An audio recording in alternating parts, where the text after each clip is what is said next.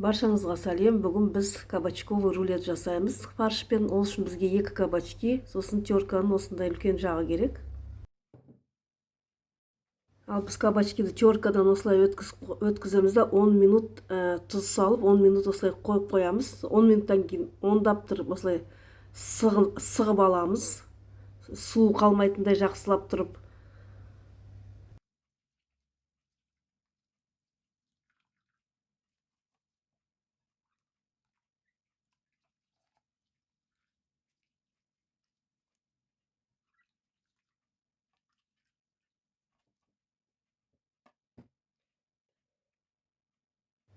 Содан кейін жұмыртқамызды қосамыз, ұнымызды қосамыз.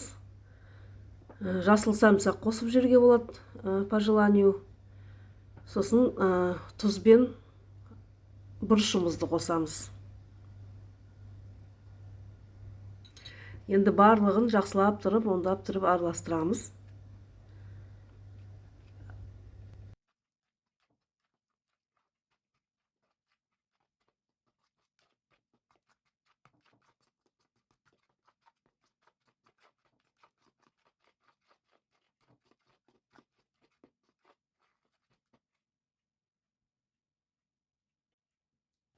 Ал енді осындай противеньға пергаментный қағазымызды түсіп, мен май жақтым, бірақ сіздерге май жақпа деп айтам, жақпаңыздар, өйткені өте сосын піскен кезде кішкене майлау болып шықты.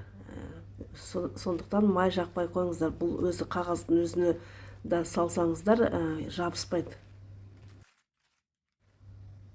Ал енді жаңағы массамызды құйып, жақсылап тұрып тегістейміз.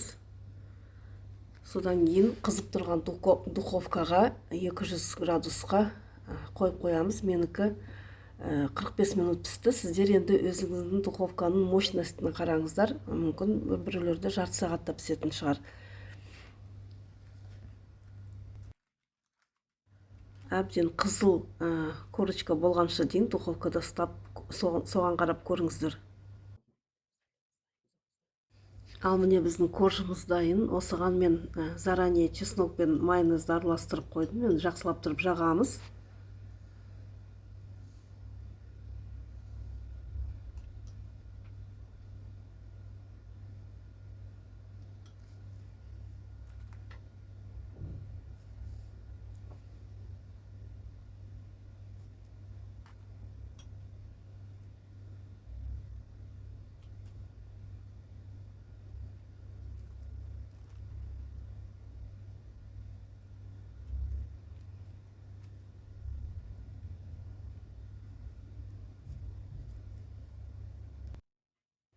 Ал енді майонезден кейін осылай бағана бір пиязбен қуырып қойған фаршымызды тегістеп жаямыз.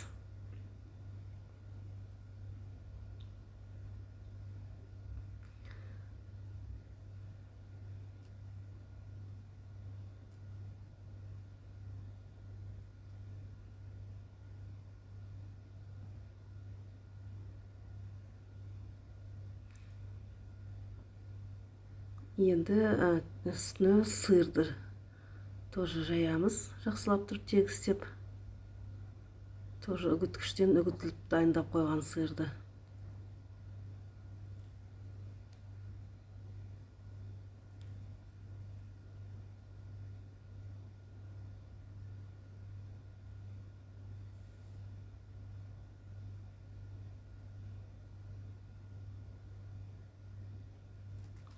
Енді бұны аламыз да осылай рулет қып ораймыз. Жақсылап тұрып, тығыздап, ондап тұрып ораймыз. Аламыз да духовкаға тағы да бір 10 минутқа осы сыры ерісін деп тағы да салып қоямыз. Ал міне біздің рулетіміз дайын. Барлықтарыңызға ас болсын.